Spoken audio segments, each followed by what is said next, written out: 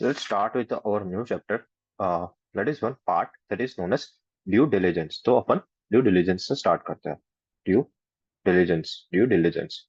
तो अब due diligence क्या होता है वो देख लेते हैं. तो पहले तो अपन मीनिंग देखते हैं. तो ड्यू डिलिजेंस क्या होता है? तो ड्यू डिलिजेंस, उसका मीनिंग क्या है? So due diligence is a measure of क्या है? Is a measure of prudence activity. Is a measure of prudence activity. It is ordinarily exercised by any. It is ordinarily exercised by any prudent person. Ordinarily exercised by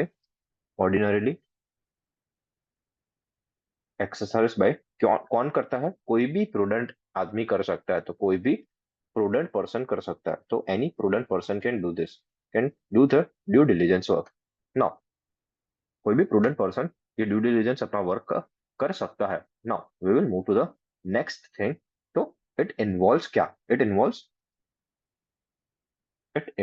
क्या? It involves careful study of financial and non-financial possibilities.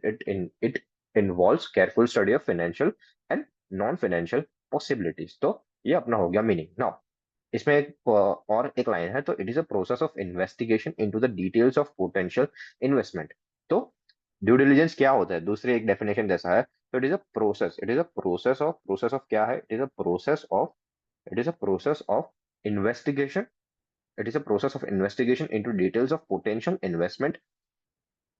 Process of investigation into potential investments, such as examination of operations and management and verification of materials. तो ये हो गया. Now we'll start with the answer. Areas areas of due diligence. तो areas of due diligence क्या क्या होती है? तो एरियाज ऑफ ड्यू डिलिजेंस क्या क्या है? तो स्टार्ट करते हैं. तो इसमें है बीवीपी.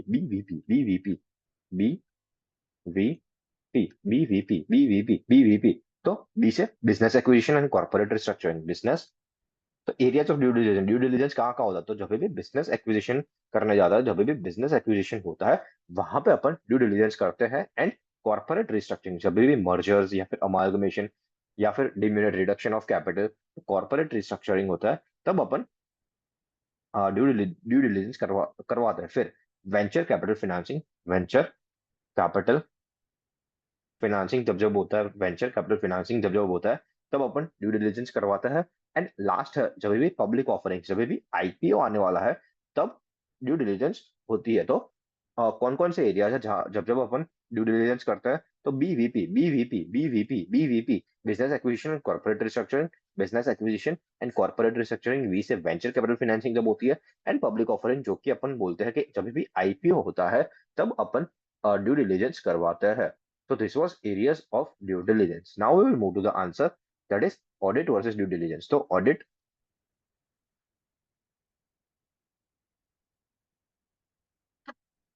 versus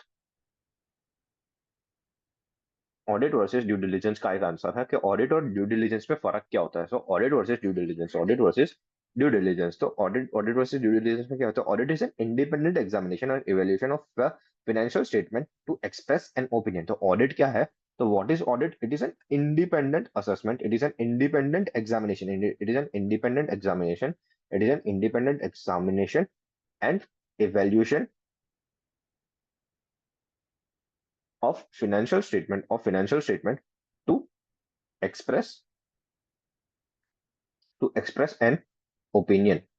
बल्कि उसके सामने अपना ड्यू डिलिजेंस क्या होता था? सो वेरस DD refers to the examination of potential investment. It involves investigation. It involves examination of potential investments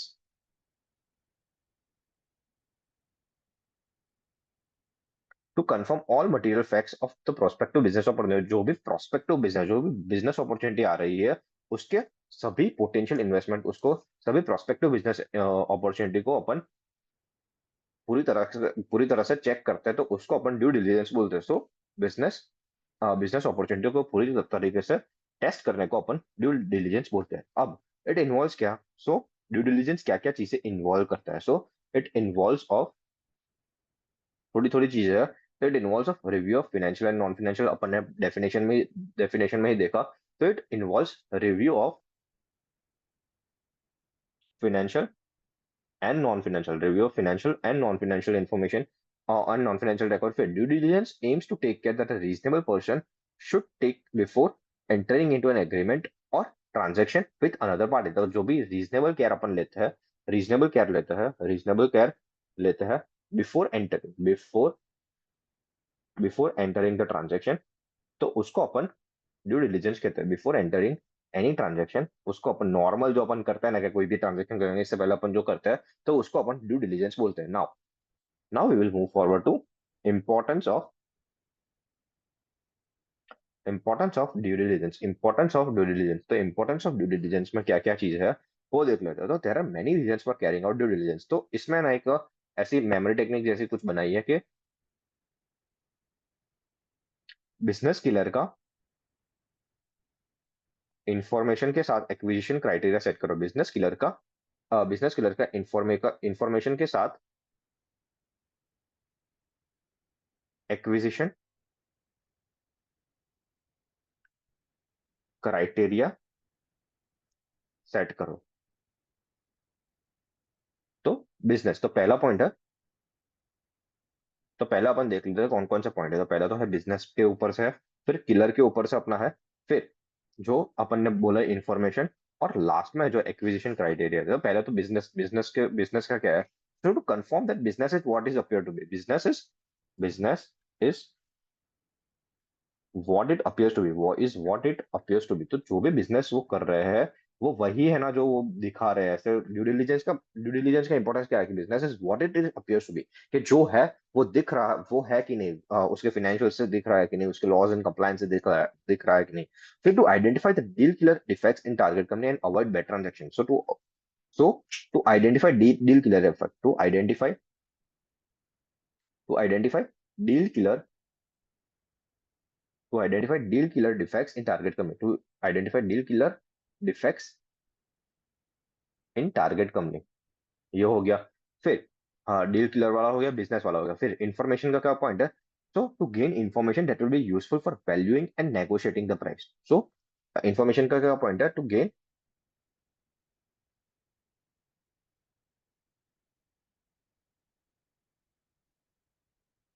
to gain information that will be useful for valuing assets, to gain information that will be useful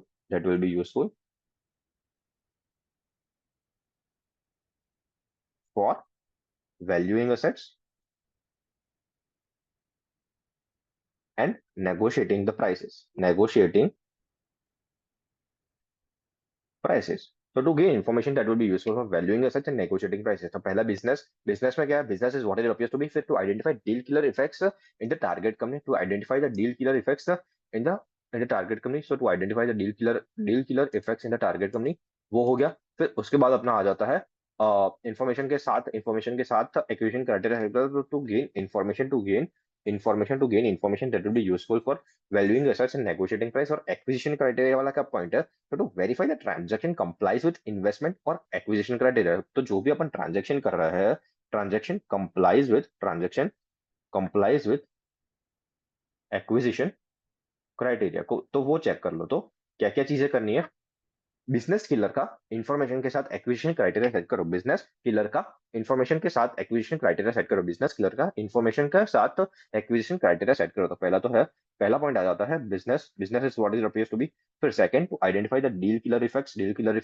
फिर third आ जाता है to gain information that will be useful for valuing assets and negotiating price. And last है transaction complies with the acquisition criteria. So it complies with the acquisition criteria. तो importance of due diligence क्या है, business clear का information के साथ acquisition criteria set करो। Now the new answer starts is classification.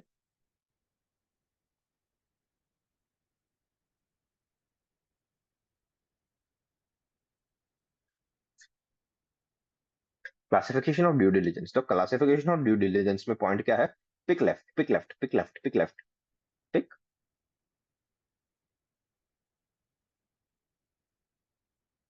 तो इसका आंसर है pick left, pick left, pick left, pick left, pick left, pick left, pick left. तो पी से अपना आ जाता है क्लासिफिकेशन ऑफ ड्यू डिलिजेंस। तो क्लासिफिकेशन ऑफ ड्यू डिलिजेंस क्या क्या पॉइंट्स है वो देखते हैं। क्लासिफिकेशन ऑफ ड्यू डिलिजेंस है पिक लेफ्ट, पिक लेफ्ट। तो पी से अपना आ जाता है पर्सनल ड्यू डिलिजेंस। तो पर्सनल इसमें ना बहुत सारे टाइप्स के ड्यू डिलिजेंस है, तो पर्सनल डीडी कर दो। फिर आई से अपना जाता है इंफॉर्मेशन सिस्टम के ड्यू डिलिजेंस कर दो, इंफॉर्मेशन सिस्टम का ड्यू डिलिजेंस कर दो। फिर सी से आ जाता है commercial due diligence, commercial commercial due diligence, commercial due diligence अच्छे से करो। फिर लीगल ड्यू डिलिजेंस करो, लीगल ड्यू डिलिजेंस करो। फिर एनवायरमेंटल ड्यू डिलिजेंस करो, एनवायरमेंटल ड्यू डिलिजेंस करो। फिर अपना एफ से आ जाता है फाइनेंशियल ड्यू डिलिजेंस करो, फाइनेंशियल ड्यू डिलिजेंस करो। और टी से अपना आ जाता है टैक्स डी करो, टैक्स का ड्यू डिलिजेंस करो। तो क्या है, pick left, pick left, pick left, pick left. Classification of due diligence is pick left, pick left, pick left.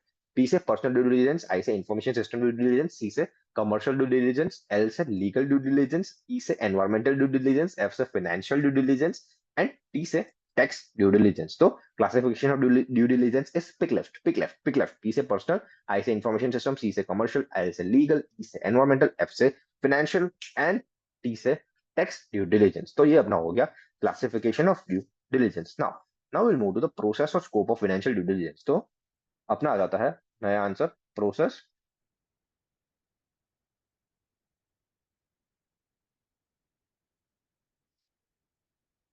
Process और स्कोप ऑफ, प्रोसेस और स्कोप ऑफ ड्यू डिलिजेंस। तो process और scope of due diligence, तो process और scope of due diligence क्या है, 4 second, 4 second, 4 second, 4 second, 4 second.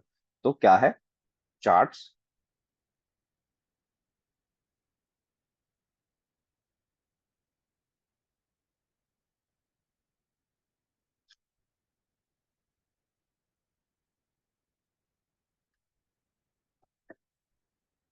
तो यहाँ पे पॉइंट है अपना 4 सेकंड। तो 4 सेकंड में क्या आता है, चार्ट्स, एफएम। सी से अपना जाता है कैश फ्लो, कैश फ्लो देखो।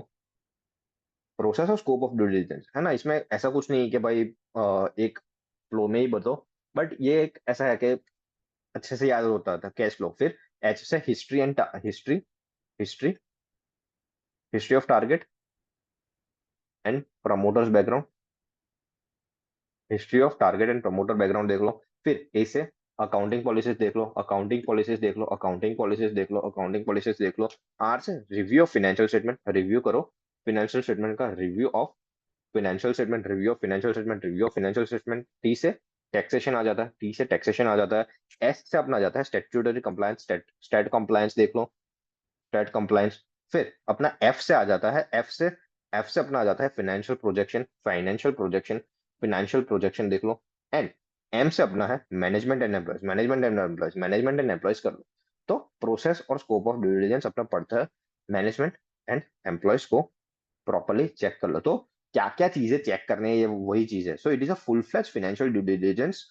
If a full-fledged financial due diligence is conducted, it would include the following मैंने so प्रोसेस और scope of financial due diligence. तो ये अपना जो अपन ने ऊपर पढ़ा ना कि ये वाला जो फाइनेंशियल ड्यू डिलिजेंस, तो फाइनेंशियल ड्यू डिलिजेंस के क्या क्या पॉइंट्स है। तो फाइनेंशियल ड्यू डिलिजेंस कैसे चेक करना, तो उसका है chart FM, chart FM, chart FM, chart FM, chart FM, chart FM, chart FM, chart FM, chart FM. C से कैश फ्लो। तो कैश फ्लो में थोड़ा बड़ा पॉइंट है, वो बाद में देखते हैं, तो पहले इतना लर्न कर लेते हैं। तो सी से कैश फ्लो चेक करो, चेक कैश फ्लो चेक करना है। फिर history and history of target and promoter background. तो इसमें क्या है, accountant should begin financial due diligence review by looking in history of company and background of promoters. फिर A से अकाउंटिंग पॉलिसीज है, accountant should study accounting policies being followed by target company and ascertain whether any accounting policy is in appropriate, कोई inappropriate, कोई कोई चीजें inappropriate तो नहीं है ना, वो देख लो। तो कोई चीजें इनअप्रोप्रिएट तो नहीं है ना, वो देख लो। कोई चीजें इनअप्रोप्रिएट तो नहीं है, वो देख लो। फिर review of financial statement, accountant should examine whether financial statement of target company is prepared as per statute governing target company and relevant AS. तो रेलेवेंट एएस के अनुसार बनाया गया है कि नहीं, वो देख लो।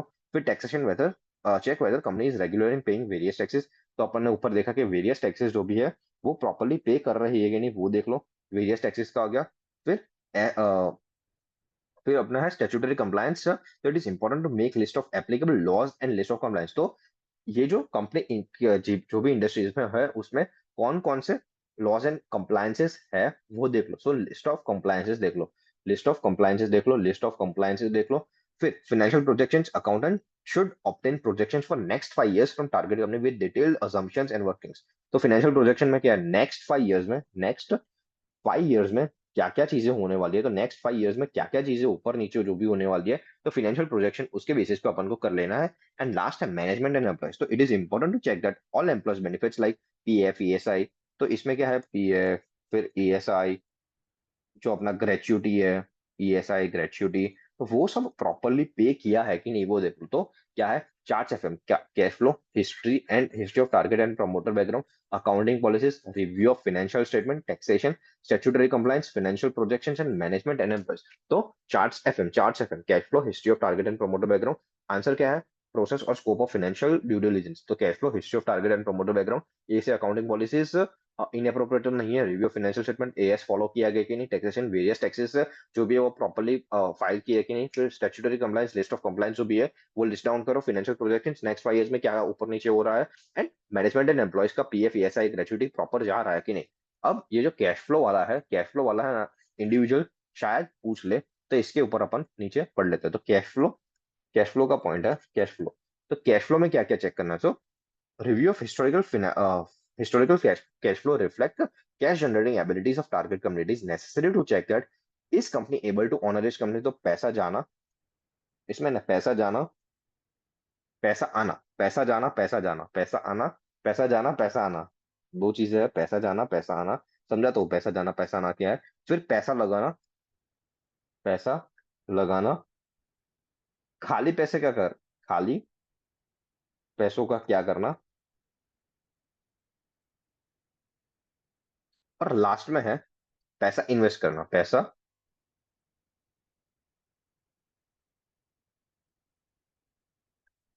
पैसा इन्वेस्ट करना। तो ये चार चीजें हैं। तो पैसा जाना, तो पहला तो है पैसा जाना, तो पहला पैसा जाना क्या है, so is company able to honour is commitment to trade pebbles.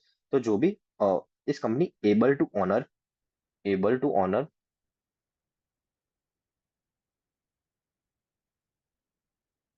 Honour trade payables, bank government and other stake holder, able to honour trade payables, banks, फिर गवर्नमेंट या फिर कोई भी अदर स्टेक होल्डर्स के, उसको प्रॉपरली पेमेंट जा रहा है कहीं, सो पैसा पैसा जाना, फिर पैसा आना। How well company is able to turn its trade receivables. तो जो भी ट्रेड रिसीवेबल्स है, जो भी, how well the company is able to turn its trade receivables and the inventories. तो पैसा आना, तो इन्वेंट्री से पैसा कैसा आएगा, जब भी वो सोल्ड होगी तब उससे पैसा आएगा। तो ट्रेड रिसीवेबल्स एंड इन्वेंट्रीज से पैसा आ रहा है कि नहीं वो देख लो। फिर अपन देखते हैं पैसा लगना। So how well does it deploy it's fund. तो डिप्लॉय इट्स फंड कैसे करती है, so how well it deploy it's fund, तो वो देख लो। एंड खाली पैसों का क्या करना, खाली पैसों का क्या करना, तो वो है are there any funds lying idle. तो आइडल फंड्स का आप क्या कर रहे हो, तो कोई फंड्स आइडल तो नहीं पड़ेगा, वो चेक कर लो। एंड पैसा इन्वेस्ट करना, तो what is the investment pattern वो देख लो, what is the investment pattern वो देख लो। तो क्या है अपना आंसर, कैश फ्लो को अपन कैसे चेक करेंगे, कैश फ्लो को अपन कैसे चेक करेंगे, तो उसका आंसर है पैसा जान उसका आंसर है पैसा जाना, पैसा आना, पैसा लगाना, क्या खाली पैसों को क्या करना, और पैसा इन्वेस्ट करना। तो पैसा जाना able to honour trade payables banks and government, फिर पैसा आना इस ट्रेड रिसीवेबल्स एंड इन्वेंटरीज को प्रॉपर्ली टर्न आउट हो रहे हैं कि नहीं, फिर पैसा लगाना डिप्लॉयज फंड, अपन अपने फंड्स को कैसे डिप्लॉय कर रहे हैं, खाली पैसों क्या करना, तो आइडल फंड्स कोई पड़े हैं तो उसका क्या कर रहे हैं, एंड पैसे इन्वेस्ट करना, तो इन्वेस्टमेंट पैटर्न क्या है वो चेक करना। So it was cash flows. तो कैश फ्लोज को कैसे चेक करना है, ये वो आंसर था। Now we will go to hidden liabilities and overvalued assets. Hidden liabilities,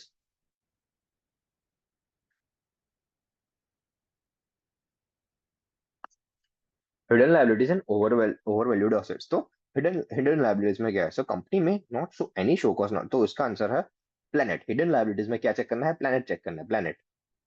कौन सा प्लेनेट चेक करना है, हिडन लाइबिलिटीज वाला प्लेनेट चेक करना है। तो क्या चेक करना है, प्लेनेट चेक करना है। तो प्लेनेट में P square L square planet, P से पी के दो पॉइंट है, तो पी से पहला है पेंडिंग फाइनल, पहला तो है pending sales tax, pending final assessment.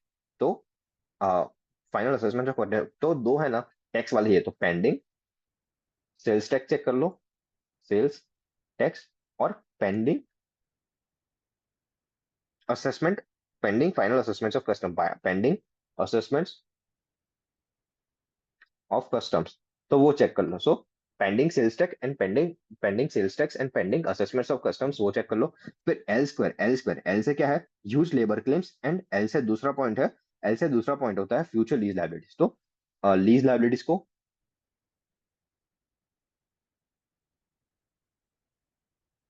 तो इसमें ये क्या कर रहे हैं अपन कि कहाँ कहाँ हिडन लाइबिलिटीज हो सकती है। सो अपना है फ्यूचर लीज लाइबिलिटीज में हो सकती है। फिर ह्यूज लेबर क्लेम्स, अगर बहुत सारे लेबर क्लेम्स अगर अपने अंदर आ चुके हैं तो huge labour claims under negotiation. फिर ए से अपना आ जाता है agreement to buyback shares, agreement to buyback share, agreement to buyback the shares, agreement to buyback the shares. तो हिडन लायबिलिटीज में क्या क्या पॉइंट है, अपन ये देख रहे हैं। तो हिडन लायबिलिटीज में क्या क्या पॉइंट है? पी से pending sales tax, pending sales tax. P से pending assessments of customs. Large L से lease liabilities, huge labour claims. A से agreement to buyback shares. N से अपना आ जाता है, एन से अपना आ जाता है एन से आ जाता है no no show cause notice of contingent liabilities. No company में not show any show cause notice as contingent liabilities. तो कोई भी show cause notice, no show cause notice shown as contingent liability. तो कोई भी show cause notice contingent liability की तरह नहीं दिखाई गई, वो देख लो। फिर एनवायरमेंटल क्लेम्स कोई भी आया है तो उसको चेक कर लो, एनवायरमेंटल क्लेम्स को चेक कर लो। एंड लास्ट में अपना जाता है टी से tax liabilities under DT and IDT. Tax liabilities कोई भी हो तो उसको अपन को प्रॉपरली चेक कर लेना होता है। तो ये क्या है? हिडन लायबिलिटीज क्या है? हिडन लायबिलिटीज आ जाती है planet, P, P square, L square, N E T, planet, planet. Hidden liabilities planet. P से pending sales tax, pending sales tax, pending assessments of customs, pending assessments of custom. फिर lease liabilities, L से lease liabilities. फिर huge labour claims.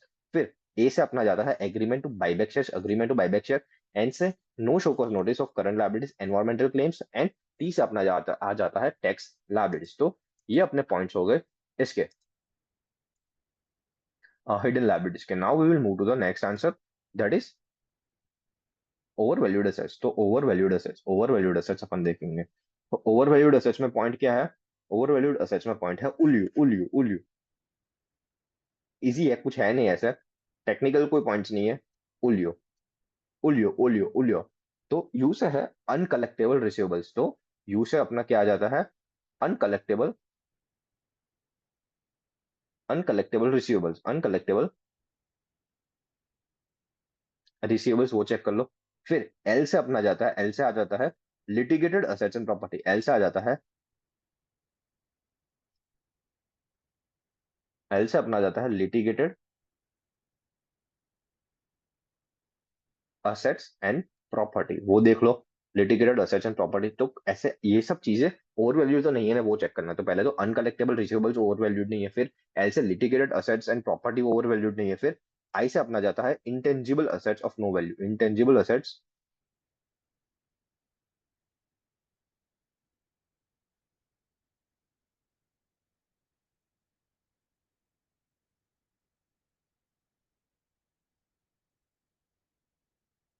Intangible assets of no use, ज्यादा तो नहीं है। फिर दूसरा आई आ जाता है अपना infructuous project expenditure. So it is infructuous और deferred revenue expenditure. So infructuous project expenditure, इंफ्रक्शियस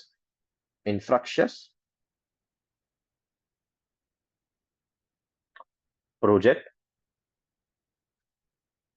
expenditure, वो चेक कर लो।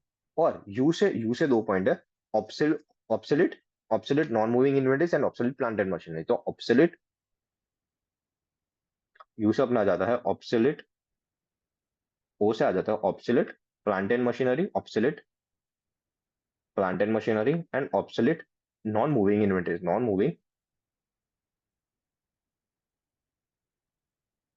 Moving inventories. तो क्या आ गया? उल्यू, उल्यू, उल्यू, उल्यू, उल्यू, उल्यू, उल्यू। तो ये आ गया यू से uncollectible receivables, uncollectible receivables. L से litigated assets and property. I से intangible assets of new use. I से इंफ्रक्शियस प्रोजेक्ट एक्सपेंडिचर। ओ से obsolete plant and machinery and O से ऑब्सोलीट नॉन मूविंग इन्वेंटरीज। तो ये अपना हो गया over valued assets. Now content of due diligence, एक बार है ना वो रिपोर्ट ही है, वो देख लेना। तो we are done with the chapter due diligence.